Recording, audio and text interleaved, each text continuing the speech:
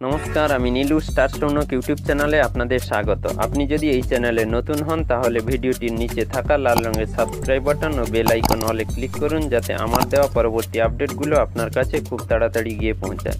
এবং ভিডিওটি দেখার পর যদি ভালো লাগে তাহলে একটি লাইক ও কমেন্ট করুন এবং বন্ধুদের মধ্যে শেয়ার করুন। আপনার একটি সাবস্ক্রাইব আমাকে পরবর্তী ভিডিও পোস্ট করার জন্য উৎসাহ প্রদান করবে, তাই একটি সাবস্ক্রাইব করুন এবং বন্ধুদের মধ্যে ভিডিওটি শেয়ার করুন। তবে চলুন আজকের ভিডিও শুরু করা যাক।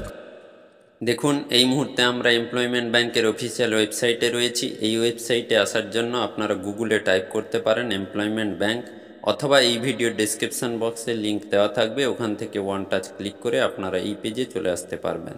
এই পেজে আসার পর আপনারা খুঁটিনাটি ডিটেলস দেখে নেবেন। তবে আজকে আমি আপনাদেরকে যে আপডেট দেওয়ার জন্য ভিডিওটি বানাচ্ছি সেটি হলো সাবমিট আনএক্সচার 3, অর্থাৎ অনলাইনে আনএক্সচার 3 সাবমিট করতে হবে। যারা যারা বাকি টাকা অর্থাৎ 3 মাসের টাকা পেয়ে গেছেন, আপনাদেরকে অনলাইনে আনএক্সচার 3 সাবমিট করতে হবে। তবে চলুন কিভাবে সাবমিট করবেন আজকে আমি স্টেপ বাই স্টেপ দেখাবো। তো প্রথমে আমরা সাবমিট আনএক্সচার 3 উপরে ক্লিক করব। ক্লিক করার সঙ্গে সঙ্গে নেক্সট পেজ ওপেন হয়ে গেছে। দেখুন, এখানে আমরা এমপ্লয়মেন্ট ব্যাংকের আইডি নাম্বার টাইপ করে দেব। তারপরে রয়েছে দেখুন পাসওয়ার্ড টাইপ করে দেব। পাসওয়ার্ড টাইপ করার পর সিকিউরিটি কোড টাইপ করে দেব। তারপরে নিচে দেখুন সাবমিট বাটন। দেখুন আমার ডিটেলস পুট হয়ে গেছে। আপনারাও এইভাবে ডিটেলস পুট করে সাবমিট বাটনের উপরে ক্লিক করবেন। ক্লিক করার সঙ্গে সঙ্গে দেখুন নেক্সট পেজ ওপেন হয়ে গেছে। দেখুন এখানে শো করছে। সর্বপ্রথম আপনাকে দেখে নিতে হবে জব সিকার, এখানে আপনার নামটি আসছে কিনা, অর্থাৎ যার সাবমিট করছেন তার নাম শো করছে কিনা। এবার নিচে চলে আসবো। দেখুন এমপ্লয়মেন্ট নাম্বার, এখানে দেখে নেব এমপ্লয়মেন্ট নাম্বার সঠিকভাবে শো করছে কিনা। তারপরেই নিচে চলে আসব। Select any one of the following option, অর্থাৎ নিচে দুটো অপশান রয়েছে, স্কিল ডেভেলপমেন্ট পার ট্রেনিং এবং সেলফ এমপ্লয়মেন্ট। তো এই দুটো অপশানের মধ্য থেকে আমাদের যে কোনো একটিকে সিলেক্ট করে নিতে হবে। আমরা যেহেতু কম্পিউটার ট্রেনিং করেছি তাই আমরা ফার্স্ট অপশানটিকেই সিলেক্ট করে নেব। সিলেক্ট করে নেওয়ার পর দেখুন নেক্সট সাবমিট চয়েসের উপরে ক্লিক করব। সাবমিট চয়েসের উপরে ক্লিক করলে নেক্সট পেজ ওপেন হয়ে গেছে। দেখুন এটি ফর্ম, এই ফর্মটিকে ফিল আপ করতে হবে। তো প্রথমেই দেখুন এখানেও এমপ্লয়মেন্ট ব্যাংকের নাম্বার রয়েছে, তারপরে যার ফিল আপ করা হচ্ছে তার নাম থাকবে এবং পরে তার ফাদার্স নেম থাকবে। তারপরেই আমাদের নিচে কাজ শুরু, অর্থাৎ দেখুন এখানে আমরা ফাঁকা ঘরে টিক দিয়ে দেব। টিক করে দিলে ব্লু টিক হয়ে যাবে। দেখুন ব্লু টিক হয়ে গেছে। এবার আমরা নিচে চলে আসব। Name per nature of training, অর্থাৎ কি প্রকার আপনারা ট্রেনিং নিচ্ছেন তার ডিটেলস আপনাকে সাবমিট করতে হবে, অর্থাৎ তার উপরে ক্লিক করলে দেখুন আপনাদেরকে একটি পপ আপ শো করবে। এই পপ আপ থেকে আপনারা স্ক্রল ডাউন ও আপ করে সিলেক্ট করে নেবেন। আমরা যেহেতু কম্পিউটার ট্রেনিং করেছি তাই এডুকেশন পার ট্রেনিংটাকেই সিলেক্ট করে রাখবো।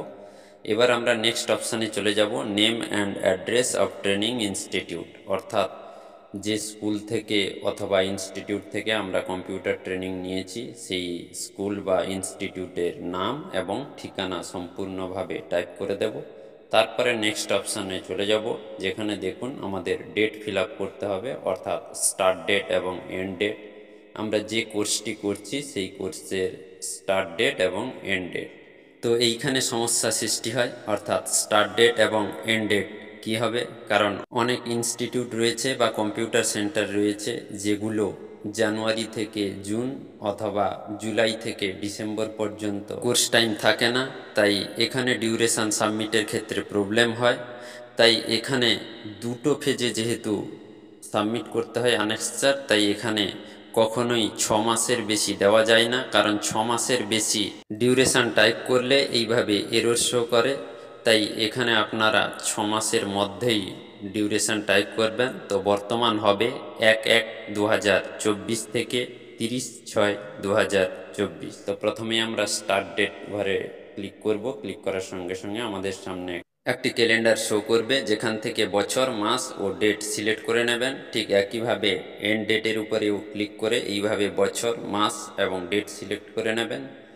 এখন যে ডেটটি হবে 1/1/2024 এবং এন্ড ডেট হবে 30/6/2024। দেখুন যেভাবে আমি ফিল আপ করেছি এইভাবে ফিল আপ করে নেবেন এবং নেক্সট অপশান দেখুন রিমার্কস, এখানে আপনারা লিখে নেবেন কোর্সের নেম এবং ব্র্যাকেটে কোর্স কন্টিনিউ। তবে কোর্স কন্টিনিউ তবেই লিখবেন যদি আপনার কোর্সটি 1 বছর অথবা 2 বছর অথবা 3 বছর ধরে চলছে, তাহলে এই কোর্স কন্টিনিউ লিখে নেবেন। আর যদি আপনি কেবলমাত্র 6 মাসের জন্য কোর্স করেছেন, তাহলে কেবলমাত্রই কোর্স নেমটি লিখে দেবেন। এবার নিচে চলে আসবেন, দেখুন আধার নাম্বার।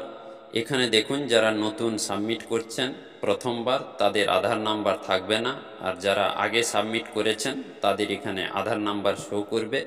তাই নতুন যারা সাবমিট করছেন তারা আধার নম্বর টাইপ করে দেবেন। টাইপ করে দেওয়ার পর নিচে দেখুন দুটো চেকবক্স রয়েছে, এখানে চেকবক্সে ক্লিক করে দেবেন। ক্লিক করে দেওয়ার পর নিচে চলে আসবেন সাবমিট আনেক্সার 3, তার উপরে ক্লিক করবেন। তবে তার উপরে ক্লিক করার আগে আপনারা এই ফর্মটি দেখে নেবেন। দেখুন সম্পূর্ণ ফর্ম আমি শো করছি। এই ফর্মটি যেখানে ফিল আপ করা আছে সব কিছু আপনারা ফিল আপ করেছেন কিনা দেখে নেবেন। দেখে নেওয়ার পর সাবমিট আনেক্সার 3 উপরে ক্লিক করবেন। ক্লিক করার সঙ্গে সঙ্গে নেক্সট পেজ ওপেন হয়ে যাবে। দেখুন এখানে শো করছে your annexure 3 has already been submitted. আপনার আনেক্সার 3 ফর্মটি জমা হয়ে গেছে, ডেট এবং টাইম রয়েছে।